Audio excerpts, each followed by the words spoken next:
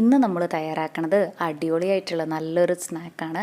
നമുക്ക് തിരക്കൊക്കെയുള്ള സമയത്ത് ഒരുപാട് ചേരുവകളൊന്നുമില്ലാതെ പെട്ടെന്ന് ചെയ്തെടുക്കാൻ പറ്റിയ നല്ലൊരു പലഹാരമാണ് കേട്ടോ ഇത്.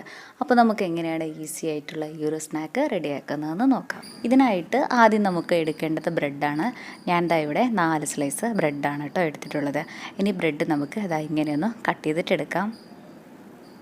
ഇതിൻ്റെ സൈഡ്സ് ഒന്നും കട്ട് ചെയ്ത് കളയേണ്ട ആവശ്യമില്ല. അതുപോലെ ഈ ഒരു ഷേപ്പിൽ തന്നെ കട്ട് ചെയ്തെടുക്കണമെന്നൊന്നുമില്ല കേട്ടോ. നമുക്കിത് ഇഷ്ടമുള്ള ഷേപ്പിൽ തന്നെ കട്ട് ചെയ്തിട്ടെടുക്കാം. മുഴുവനും നമുക്ക് ഇതുപോലെ കട്ട് ചെയ്തിട്ട് എടുക്കാം. ഇതിന് ഇവിടെ ഒന്ന് മാറ്റി വയ്ക്കാം. അടുത്തതായിട്ട് നമുക്ക് ഒരു ബൗൾ എടുക്കാം. ഇതിലേക്ക് 2 കോഴിമുട്ട പൊട്ടിച്ചൊഴിക്കാം. ഇതിലേക്ക് ആവശ്യത്തിനുള്ള ഉപ്പും കൂടെ ഇട്ട് കൊടുക്കാം.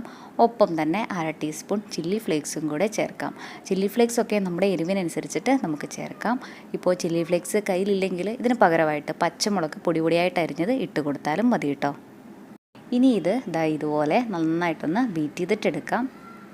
ഇനി ഇതിലേക്ക് ചെറുതായിട്ട് കട്ട് ചെയ്തെടുത്തിട്ടുള്ള 1 ടേബിൾ സ്പൂൺ മല്ലിയിലയും കൂടെ ചേർക്കുന്നുണ്ട്. മല്ലിയിലയും കൂടെ ചേർത്തിട്ട് നല്ലപോലെ ഇതൊന്ന് ഇളക്കിയെടുക്കാം.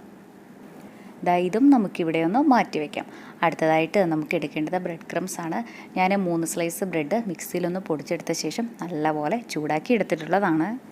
സമയമുള്ളപ്പോൾ ഇതുപോലെ ബ്രെഡ് ക്രംസ് ഒക്കെ ഉണ്ടാക്കി വെക്കണത് ഒത്തിരി നല്ലതാണ്.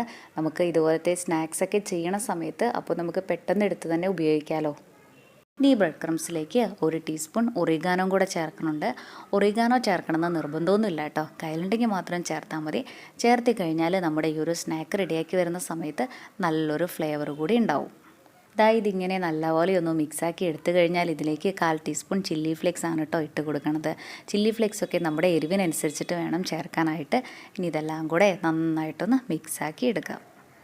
ഇനി നമ്മൾ നേരത്തെ കട്ട് ചെയ്ത് വെച്ചിട്ടുണ്ടായിരുന്ന ആ ഒരു ബ്രെഡ് പീസില്ലേ, അത് നമുക്ക് ഈ ഒരു മുട്ട മിക്സിൽ മുക്കിയ ശേഷം ബ്രെഡ് ക്രംസിൽ കൂടെ കോട്ട് ചെയ്തിട്ടെടുക്കാം. പെട്ടെന്ന് ചെയ്തെടുക്കാൻ പറ്റിയ നല്ല ടേസ്റ്റി ആയിട്ടുള്ള സ്നാക്കാണ് കേട്ടോ ഇത്. കുട്ടികൾക്കൊക്കെ ഒരുപാട് ഇഷ്ടമാകും. നമ്മുടെ ചാനലിൽ ഈസി ആയിട്ട് നമുക്ക് ചെയ്തെടുക്കാൻ പറ്റിയ കുറേ നല്ല റെസിപ്പീസൊക്കെ ഉണ്ട്. കണ്ടിട്ടില്ലെങ്കിൽ ഒന്ന് കണ്ടു നോക്കണേ. അതുപോലെ നമ്മുടെ ഈ ചാനൽ ആദ്യമായിട്ടാണ് കാണുന്നതെങ്കിൽ സബ്സ്ക്രൈബ് ചെയ്യാനും മറക്കല്ലേ കേട്ടോ. എല്ലാം തന്നെ നമുക്ക് ഇതേപോലെ ചെയ്തിട്ടെടുക്കാം. ഇനി നമുക്കിതൊന്ന് ഫ്രൈ ചെയ്തിട്ടെടുക്കണം. അതിനായിട്ടൊരു പാത്രത്തിൽ ഓയിൽ ഒഴിച്ച് കൊടുത്തിട്ടുണ്ട്. ഓയിൽ നല്ലപോലെ ചൂടായി വരുന്ന സമയത്ത് നമുക്കിത് ഓരോന്നായിട്ടങ്ങ് ഇട്ട് കൊടുക്കാം.